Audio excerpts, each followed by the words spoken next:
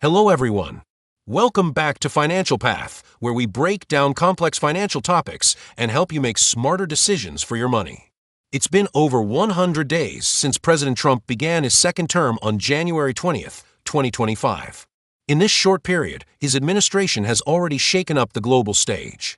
One major achievement has been pushing for the Russia-Ukraine peace agreement, which remains in progress. But on the economic front, his administration made bold moves, imposing heavy tariffs on major trading partners. While many nations chose to negotiate, China fought back hard, escalating the trade war to unprecedented levels. This standoff led the U.S. to impose a staggering 145% tariff on all imports from China, while China responded with a 125% tariff on U.S. goods. These hefty tariffs nearly decoupled trade relations between the two largest economies in the world and added significant strain to the U.S. economy. Supply chains were disrupted, consumer prices surged, and investor confidence wavered. But then, on May 12, 2025, we finally got some good news. The U.S. and China reached a 90-day trade truce, providing a window of opportunity for further negotiations. Over the next 3 months, both nations will attempt to iron out deeper issues. If successful, the tariff reductions could continue. If talks fall apart, those crushing tariffs could snap right back. Since the Trump tariffs have such a significant impact on everyday Americans' lives and their investment decisions, I created this video to provide you with a detailed analysis of the U.S.-China trade deal, what it means for the U.S. economy and your wallet. In this video, I will break down what this truce could mean for the U.S. economy, your investments, and the broader financial landscape, so you can make informed decisions for your wealth management. Let's dive in. To understand the trade tariff deal, it is necessary to know what a tariff is and how it actually works. Tariffs are taxes charged on goods bought from other countries. Typically, tariffs are a percentage of a product's value. A 10% tariff means a $10 product would have a $1 tax on top, bringing the total cost to $11. Even though companies that bring foreign goods into the U.S. have to pay taxes to the government, the final tax bearers may depend on the power of each party. It may be all borne by the exporter, the importer, the seller, the consumer, or each party may bear part of the tax. This depends on the power of each party. Firms may also decide to import fewer goods, or import from other countries, or stop importing and produce domestically. To understand the issue, we must examine the history of U.S.-China trading relations. The trade relationship between the U.S. and China has undergone significant changes over the past few decades. It began to transform notably when China joined the WTO in 2001. This marked a rapid expansion in trade, with U.S. imports from China growing dramatically as China became a global manufacturing powerhouse. By 2023, U.S. imports from China exceeded $400 billion, driven largely by China's low-cost production capabilities and integration into global supply chains. While this growth brought benefits, like lower prices for U.S. consumers and higher profits for American corporations, it also sparked concerns over trade imbalances and job losses. Many U.S. manufacturers struggled to compete with China's cheaper labor costs, leading to significant factory closures and the loss of American jobs. Critics highlighted China's state subsidies, intellectual property theft, and forced technology transfers as contributing factors to this imbalance. This inevitably leads to the trading conflicts between the U.S. and China. Trade tensions escalated sharply in 2018 when President Trump launched a trade war against China. The Trump administration imposed tariffs on hundreds of billions of dollars worth of Chinese goods, arguing that these measures were necessary to counteract unfair trade practices like IP theft and forced technology transfers. The goal was to reduce the trade deficit and bring manufacturing jobs back to the United States. However, China retaliated with its tariffs on American goods, marking the beginning of a tit-for-tat economic conflict. In an attempt to ease tensions, both countries signed the Phase 1 trade deal in 2020. The agreement required China to purchase an additional $200 billion worth of U.S. goods and included commitments to address IP concerns and agricultural trade. However, the U.S. government thought China did not fully meet its purchasing obligations, and the deeper structural issues in the trade relationship remained largely unaddressed. Trump, therefore, left his first term with much pity.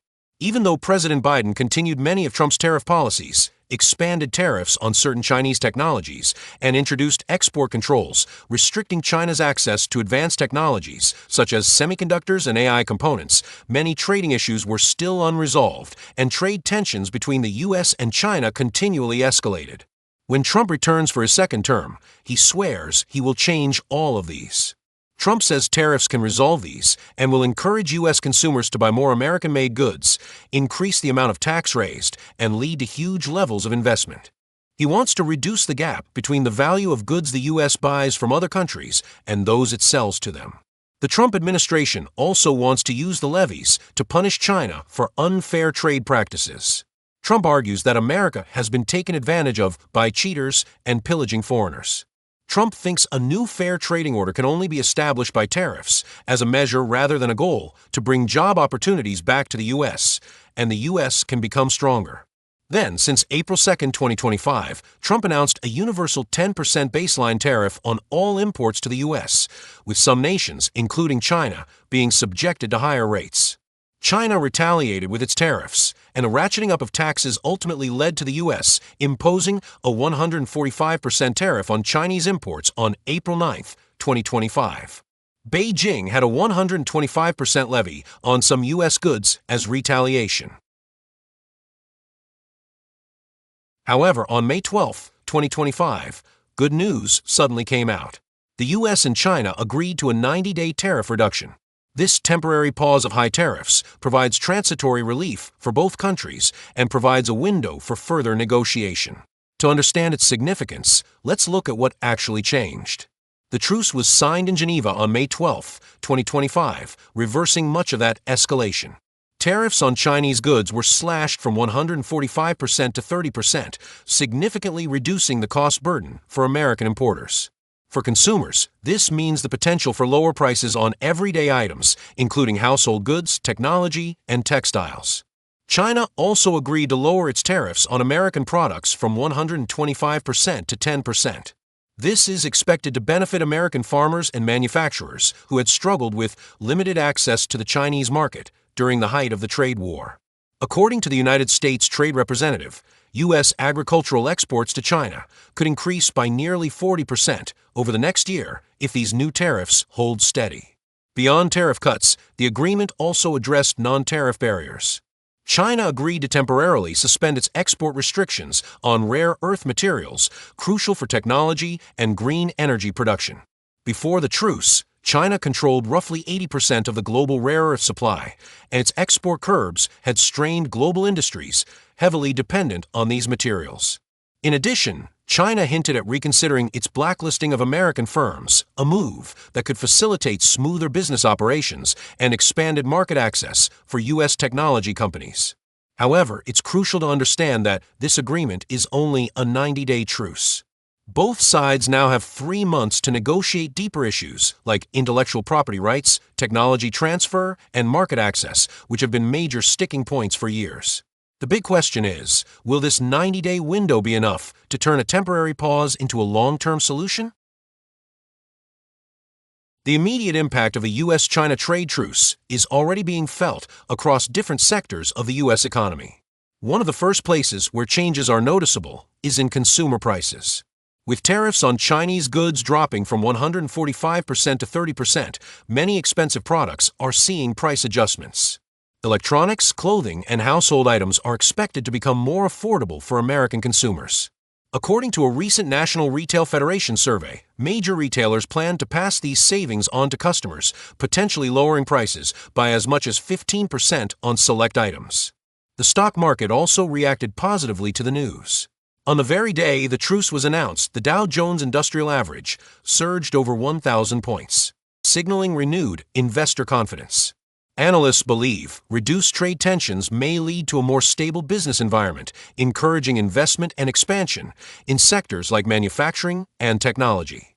In the manufacturing sector, lower tariffs mean reduced raw materials and components costs. This not only boosts profitability for U.S.-based manufacturers, but also makes American-made products more competitive both domestically and abroad. The American Manufacturing Association predicts a 12% increase in production over the next quarter if tariff relief continues. The truce also has implications for agriculture. American farmers who have been hit hard by Chinese tariffs now have a more straightforward path to export markets.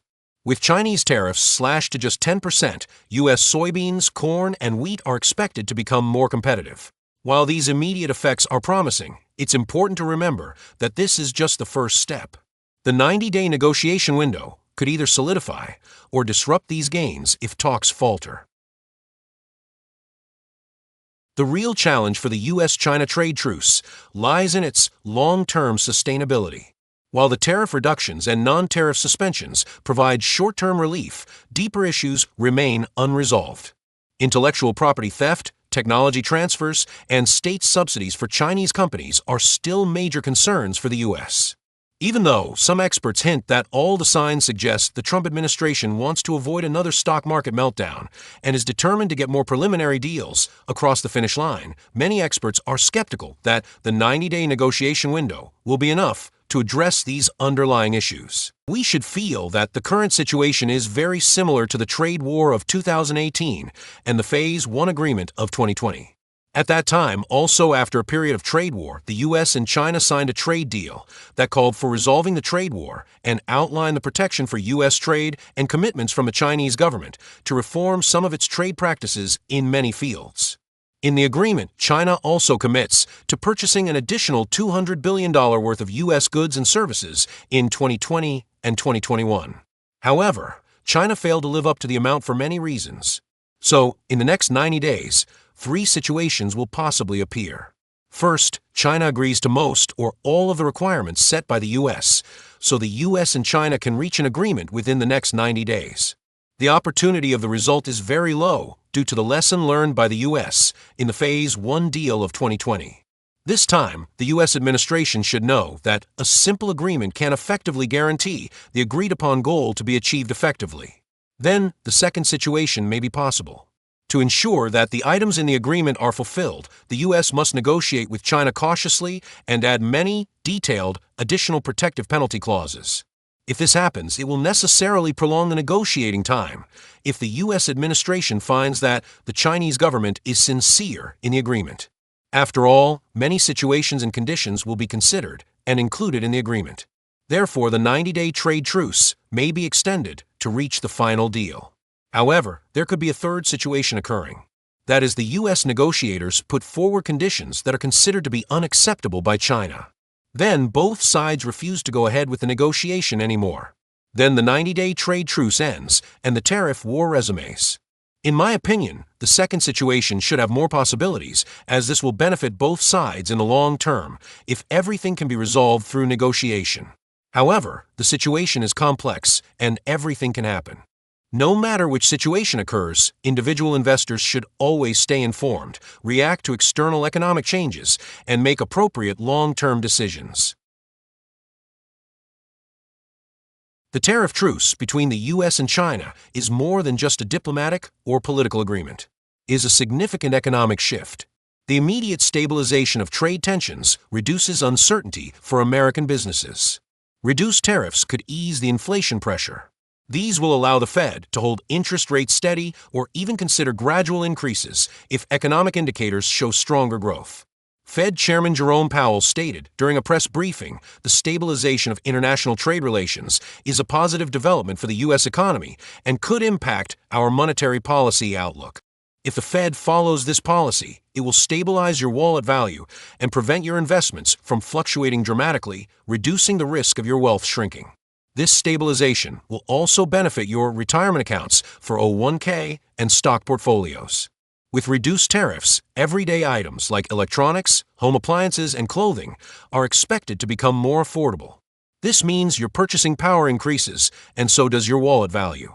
According to a report from the National Retail Federation, American consumers could save an average of $400 annually on household purchases if the tariff reductions hold. However, if negotiations stall after the 90 days and trade tensions reignite, this may cause short-term chaos or uncertainty in the market.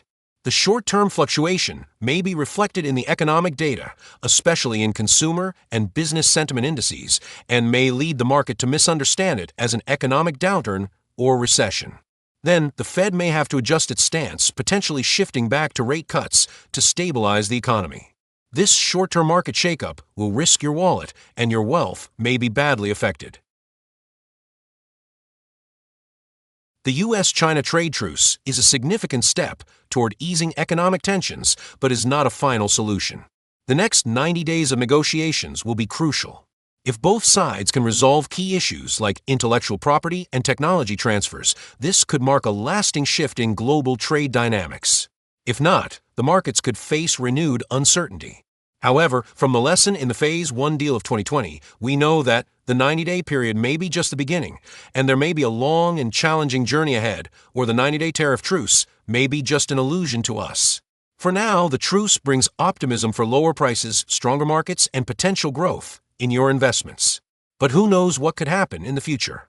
If you find this video interesting, subscribe to my channel for more. Thanks for watching, and I'll see you in the next video.